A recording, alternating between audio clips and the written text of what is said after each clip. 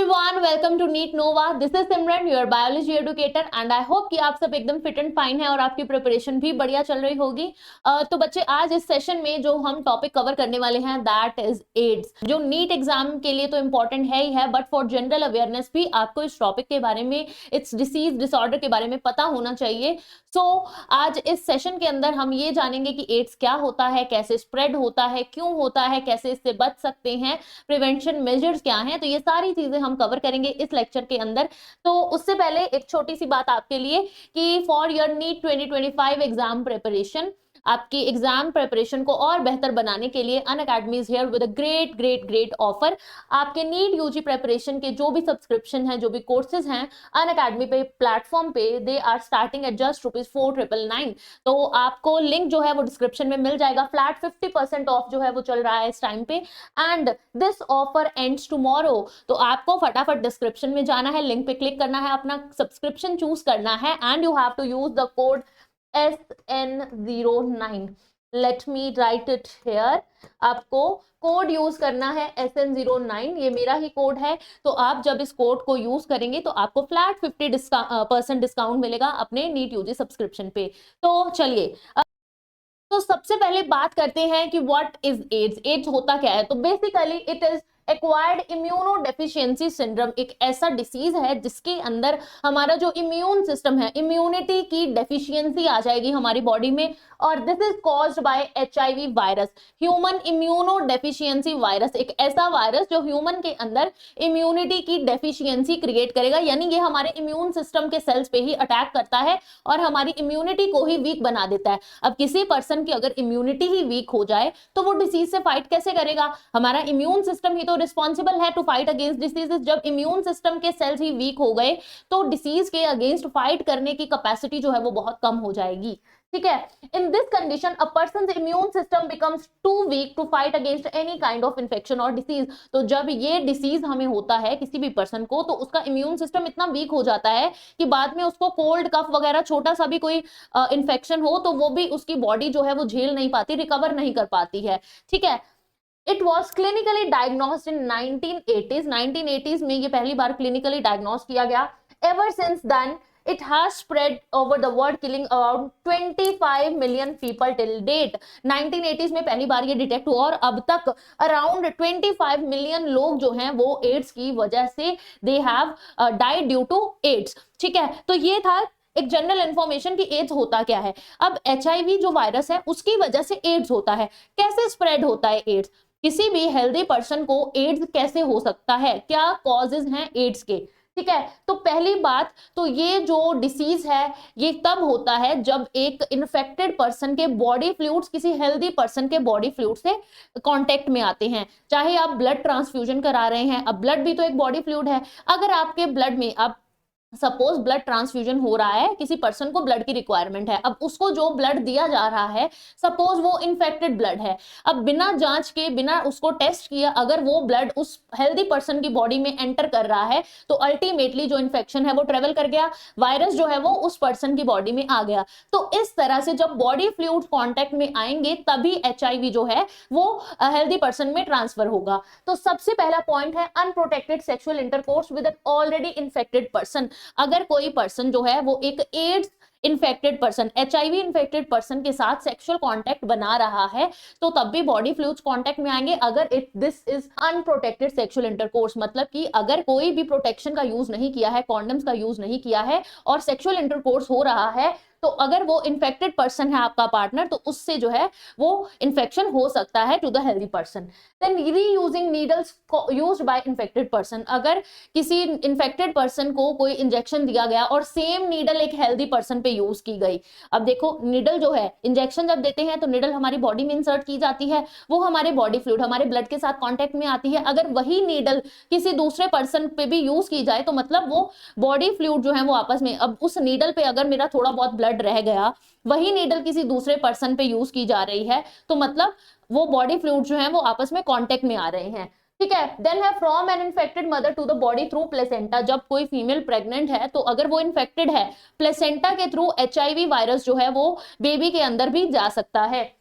Blood transfusion from an infected person, ये point हम discuss कर चुके हैं कि अगर ब्लड ट्रांसफ्यूजन के दौरान अगर इन्फेक्टेड ब्लड, वो ब्लड जिसमें एचआईवी है, वो ट्रांसफ्यूज कर दिया जाए एक हेल्दी पर्सन की बॉडी में, या फिर जो भी पेशेंट जिसको रिक्वायरमेंट है ब्लड की, तो वहां से भी जो एचआईवी है वो ट्रेवल कर सकता है। Clear? So sex without condoms, then blood transfusion, sharing injection needles, अगर इंजेक्शन नीडल्स भी यूज, इंजेक्शन नीडल्स यूज हो रही हैं तो भी एचआईवी हो सकता है, and pass from mother to baby. तो ये सारे रीजंस हैं कि एचआईवी जो है वो कैसे स्प्रेड होता है और एड्स जो है वो कैसे कॉज करता है। क्लियर? अब हम बात करेंगे कि एचआईवी है क्या, उसका स्ट्रक्चर क्या है, कैसे वो ट्रेवल करता है बॉडी में। हमने बोला कि ब्लड ट्रांसफ्यूजन या फिर मदर टू बेबी ट्रेवल हो सकता है, बट वो कैसे हमारे सेल्स के अंदर जाके कैसे इम्यूनिटी को वीक करता है वो हम पढ़ेंगे। तो सबसे पहले एचआईवी है क्या? It is a retrovirus. अब रेट्रोवायरस का मतलब है कि इसका जो जेनेटिक मटेरियल है वो क्या है? आरएनए। क्लियर? देन आरएनए क्या है? इसका जेनेटिक मटेरियल। अब ये जो एचआईवी है वायरस जो है वो क्या करता है? It demolishes a particular type of डब्ल्यूबीसीज, हमारे जो लिम्फोसाइट्स हैं, टी लिम्फोसाइट्स, उनके helper cells, T helper cells को ये अफेक्ट करता है और अपने जैसी और कॉपीज बनाता है। तो मतलब हमारी बॉडी के अंदर इन्फेक्टेड सेल्स की कॉपीज जो है वो बनती जाएंगी। मेनली जो हमारे हेल्पर टी सेल्स हैं वो क्या करते हैं? सेल मीडिएटेड इम्यूनिटी के लिए रिस्पॉन्सिबल होते हैं। अब अगर ये हेल्पर सेल्स ही डिग्रेड कर दिए जाएं, इनका नंबर कम हो जाए एचआईवी इन्फेक्शन की वजह से, तो हमारी इम्यूनिटी पे असर आएगा। हेल्पर टी सेल्स इम्यूनिटी दे रहे थे, अब इनकी अमाउंट कम हो गई है, तो बेसिकली हमारे अंदर जो इम्यूनिटी है वो कम हो जाएगी। तो यानी कि एचआईवी क्या कर रहा है? हमारे इम्यून सेल्स पे अटैक करके इम्यूनिटी को ही सप्रेस कर रहा है। Immune system is the human bodies natural defence mechanism. हमारी बॉडी का नेचुरल डिफेंस मैकेनिज्म क्या है? हमारा इम्यून सिस्टम, जिससे हम अपने कोई भी इंफेक्शन है उससे फाइट करते हैं। तो HIV can make it harder for the patient to fight off infection and disease. अगर एचआईवी आ गया बॉडी में तो पेशेंट के लिए बहुत डिफिकल्ट हो सकता है कि वो किसी मामूली से इन्फेक्शन से भी फाइट कर सके। ठीक है? तो ये हार्ड कर देता है सर्कमस्टांसेस को, पेशेंट की लाइफ को और भी बदतर बना सकता है एचआईवी। किसी मामूली सा इन्फेक्शन, कोई कफ कोल्ड जैसा भी अगर कुछ भी इन्फेक्शन हुआ तो उससे इन्फ्लुएंजा, निमोनिया, ये सारी कंडीशंस आ सकती हैं, क्योंकि जब थोड़ा सा इन्फेक्शन है तो पेशेंट उससे फाइट नहीं कर सकता, इन्फेक्शन बढ़ता जाएगा और वो वर्स्ट कंडीशन आ जाती है उस पेशेंट के लिए। क्लियर? चलिए अब बात करते हैं हम एचआईवी के स्ट्रक्चर के बारे में। सबसे पहले अगर हम इस वायरस के स्ट्रक्चर की बात करें तो इसकी सरफेस पे हैं कुछ प्रोटीन्स, जीपी 160 यानी ग्लाइकोप्रोटीन 160। तो ये ऐसे प्रोटीन्स हैं जो जाके हेल्पर टी सेल या हमारे मैक्रोफेजेस की सरफेस पे अटैच होंगे। देन इसके पास है एक लिपिड बाइलेयर, देन है एक कैप्सिड, रिवर्स ट्रांसक्रिप्टेज एंजाइम है इसके पास, और ये है वायरल आरएनए। अब ये जो रिवर्स ट्रांसक्रिप्टेज एंजाइम है वो क्या करती है? आप देखो बच्चे, हमें पता है कि ट्रांसक्रिप्शन का प्रोसेस क्या होता है? डीएनए से आरएनए का बनना, इसको हम बोलते हैं ट्रांसक्रिप्शन। तो अगर मैं बोलूं रिवर्स ट्रांसक्रिप्शन, इसका मतलब क्या है? आरएनए से डीएनए बनेगा। ठीक है? तो मतलब ये जो वायरस का आरएनए है वो डीएनए में कन्वर्ट हो जाएगा with the help of enzyme reverse transcriptase. Clear है? चलिए अब देखें कि ये इन्फेक्शन कैसे कॉज करेगा। How does HIV causes infection? अब ये देखेंगे कि एचआईवी से इन्फेक्शन होता कैसे है। सबसे पहले ये जो वायरस है, ये GP120 जो प्रोटीन था इसके पास, वो जाके लगता है हमारे मैक्रोफेज की मेम्ब्रेन पे। अब क्या होगा? जो इसका कैप्सिड है वो बर्स्ट होगा। ठीक है? और इसका आरएनए जो है यानी इसका जेनेटिक मटेरियल जो है वो हमारे सेल में एंटर करेगा। फिर रिवर्स ट्रांसक्रिप्टेज एंजाइम एक्ट करेगी, उस आरएनए से क्या बना देगी? डीएनए। ये डीएनए जो है वो हमारे न्यूक्लियस में एंटर करेगा और हमारे डीएनए के साथ मिक्स हो जाएगा, इंटीग्रेट हो जाएगा। ठीक है? तो वायरस का डीएनए और जो होस्ट सेल था उसका जो जीनोम है, डीएनए है, वो आपस में क्या हो गए? इंटीग्रेट हो गए। अब यहाँ पे इंटीग्रेज एंजाइम एक्ट करती है, जो क्या करती है? इस वायरस के डीएनए को हमारे होस्ट सेल के डीएनए से इंटीग्रेट करवाती है। अब उसके बाद नया वायरल आरएनए बनता जाएगा और वो मल्टीपल कॉपीज बना लेगा, यानी कि और वायरस की कॉपीज बनती जाएंगी और वो इस तरह से हमारे जो सेल है, मैक्रोफेज है, उससे पिंच ऑफ होंगी और वो आगे क्या करेंगी? इन्फेक्शन जो है वो कॉज करती जाएंगी। तो बेसिकली हमारे जो इम्यूनिटी के सेल्स थे उन पे अफेक्ट किया और उससे वहां पे मल्टीपल कॉपीज बनी और ज्यादा इन्फेक्शन जो है वो क्रिएट होता जाएगा। क्लियर है?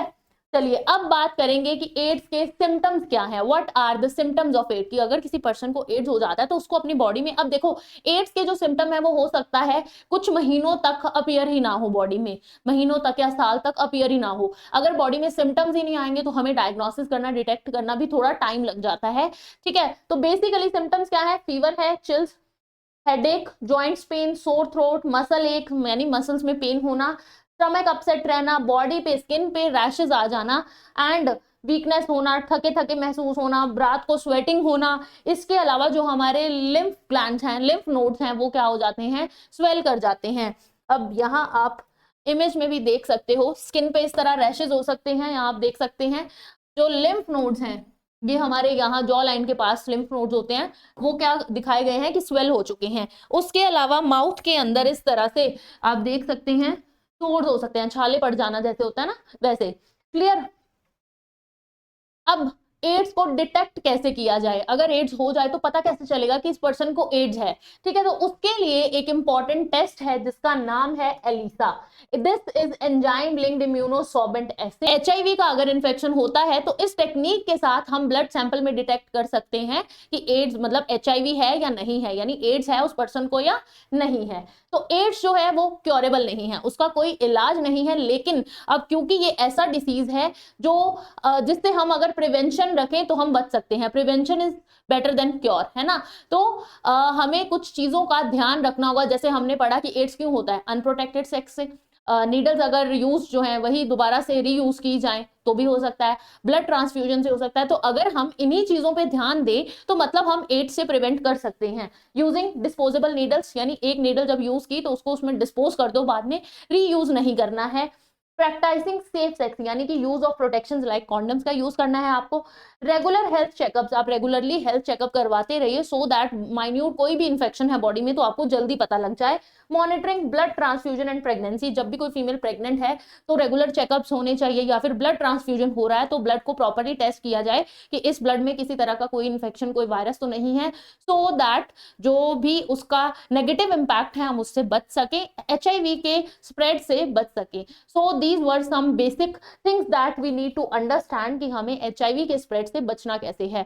आई होप कि आपको ये क्लियर है कि एड्स होता क्या है, कैसे बचना है। अब एड्स के बारे में अवेयरनेस होना बहुत जरूरी है। अब जैसे मैंने आपको बताया कि एड्स तभी होता है जब बॉडी फ्लूइड्स आपस में कांटेक्ट में आते हैं, जब तक बॉडी फ्लूइड्स आपस में कांटेक्ट में नहीं आते हैं तो एड्स कोई ऐसा डिसीज नहीं है कि जो कपड़े शेयर करने से हो जाए, पेन दे दिया किसी को तो अरे मैं तो अपनी चीज इसको नहीं दूंगा, मेरे को इन्फेक्शन ना हो जाए। तो एड्स उस तरह का डिसीज नहीं है, ये तभी होगा जब आप फिजिकली कांटेक्ट मतलब आपके बॉडी फ्लूइड्स कांटेक्ट में आ रहे हैं। तो बेसिकली एड्स के बारे में अवेयरनेस होना बहुत जरूरी है ताकि जो एड्स पेशेंट है, अब देखो एड्स पेशेंट की लाइफ ऑलरेडी बहुत कॉम्प्लिकेटेड हो जाती है बिकॉज उसको पता है कि दिस इज इनक्योरेबल, कि मैं ज्यादा टाइम सर्वाइव नहीं कर सकता हूँ। ऊपर से अगर सोसाइटी ऐसा प्रेशर देगी कि अरे अरे इसको तो कोई ऐसी बीमारी हो गई है, इससे बात मत करो, इससे दूर रहो, इसको कोई चीज नहीं देनी है, तो ये सारी चीजें जो हैं वो उस पेशेंट की मेंटल हेल्थ पे बहुत इंपैक्ट डालती हैं। तो हालांकि हमें पता है कि एड्स ऐसा डिसीज नहीं है जिससे हमें किसी से दूर रहना पड़े या उसकी चीजों को शेयर नहीं कर सकते हम।